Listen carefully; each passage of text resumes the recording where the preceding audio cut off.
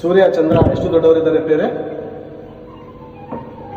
ಈ ಭೂಮಿ 13 ಹಾಕ್ಬೇಕು, 13 ಲಕ್ಷ. ಅಷ್ಟು ದೊಡ್ಡ ಸೂರ್ಯನ, ಅಷ್ಟು ದೊಡ್ಡ ಸೂರ್ಯ ಚಂದ್ರನ, ಮತ್ತೆ ಅಷ್ಟು ಬೇರೆ ಅಷ್ಟು ಹೈಟಲ್ಲಿರುವಂಥ ಆ ಸೂರ್ಯ ಚಂದ್ರನ ಈ ಜ್ಞಾನಿಗಳು ಪ್ಯಾರಾಶೂಟನ್ನು ಹಾರಿಸುವಾಗ ಅದ್ರ ಅಂಚು ಎಲ್ಲಿದೆ ಅಂತ ಗೊತ್ತಾಗಲಿಲ್ಲ.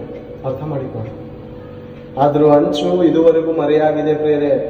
ಅಷ್ಟು ಉನ್ನತವಾಗಿರುವಂಥ, ಅಷ್ಟು ಹೈಟಲ್ಲಿರುವಂಥ ಆ ಸೂರ್ಯನು ಬೆಳಗ್ತಾ ಇದ್ದಾನೆ ಅಲ್ಲಿ. ಅಂದರೆ ಇಷ್ಟು ದೂರದವರೆಗೂ ಬೆಳಕು ಬರಬೇಕಂದ್ರೆ ಸಾಮಾನ್ಯ ಚಿಕ್ಕವನಲ್ಲ ಅಂತ.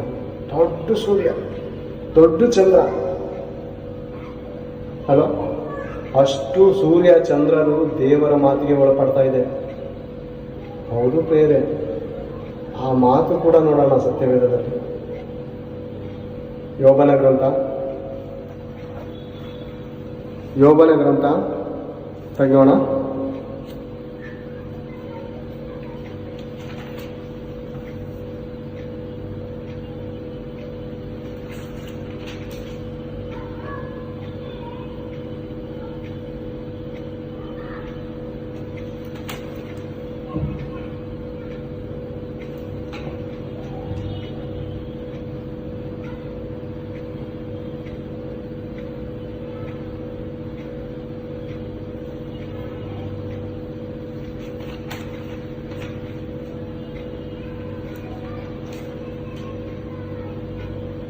ಯೋಬನ ಗ್ರಂಥ 9ನೇ ಅಧ್ಯಾಯ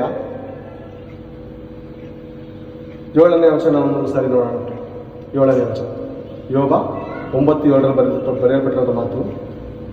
ಹುಟ್ಟಬೇಡವೆಂದು ಆತನು ಅಪ್ಪಣೆ ಕೊಟ್ಟರೆ ಸೂರ್ಯನು ಹುಟ್ಟುವುದಿಲ್ಲ, ನಕ್ಷತ್ರಗಳನ್ನು ಮುಚ್ಚಿಟ್ಟು ಮುದ್ರೆ ಹಾಕುತ್ತಾನೆ. ಆಕಾಶ ಮಂಡಲವನ್ನು ವಿಶಾಲಪಡಿಸಿದವನು ಆತನೊಬ್ಬನೇ. ತಂದೆಯಾದ ಪರಮಾತ್ಮನು ಸತ್ಯವೇದ ಗ್ರಂಥದಲ್ಲಿರುವ ಆತನೊಬ್ಬನೇ ಆಕಾಶ ಮಂಡಲವನ್ನು ಹರಿದವನು. ಸೂರ್ಯನಿಗೆ ಹುಟ್ಟಬೇಡ ಅಂದ್ರೆ ಅದು ಡೆಲಿವರಿ ಆಗಿ ಬರಲ್ಲ ಅಂತ ಬೇರೆ. ಭೂಮಿಗೆ ಹುಟ್ಟಬೇಡ ಬೇರೆ, ಹುಟ್ಟಬೇಡ. ಸೂರ್ಯನ ಹುಟ್ಟು ಬಂದಿದ್ದಾನೆ ಇವತ್ತು ಅಂತ ಹೇಳ್ತೀವಿ. ಬೆಳಗ್ಗೆನೇ ಜಲ್ದಿನೇ ಬಂದ್ಬಿಟ್ಟಿದ್ದಾನೆ, 6 ಗಂಟೆಗೆ ಸೂರ್ಯ ಹೊಳಿತಾ ಇದೆ ಅಂತ ಅಂತೀವಿ. ಅಷ್ಟು ದೊಡ್ಡ ಸೂರ್ಯನು ಹುಟ್ಟಬಾರ್ದು ಅಂದ್ರೆ ಹುಟ್ಟಲ್ಲ ಅಂತ ಬೇರೆ.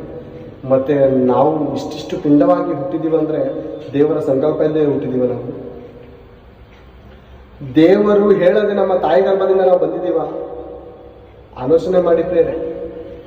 ಅಷ್ಟು ದೊಡ್ಡ ಸೂರ್ಯನನ್ನು ಆಳುವಂತ ದೇವರು, ಅಷ್ಟು ದೊಡ್ಡ ಚಂದ್ರನನ್ನು ಆಳುವಂತ ದೇವರು, ಇಷ್ಟು ಕೋಟ್ಯಾಂತರ ನಕ್ಷತ್ರಗಳನ್ನು ಮುದ್ರೆ ಹಾಕುವಂತ ದೇವರು, ನಾವು ನೀವು ಹುಟ್ಟಬೇಡ ಅಂದ್ರೆ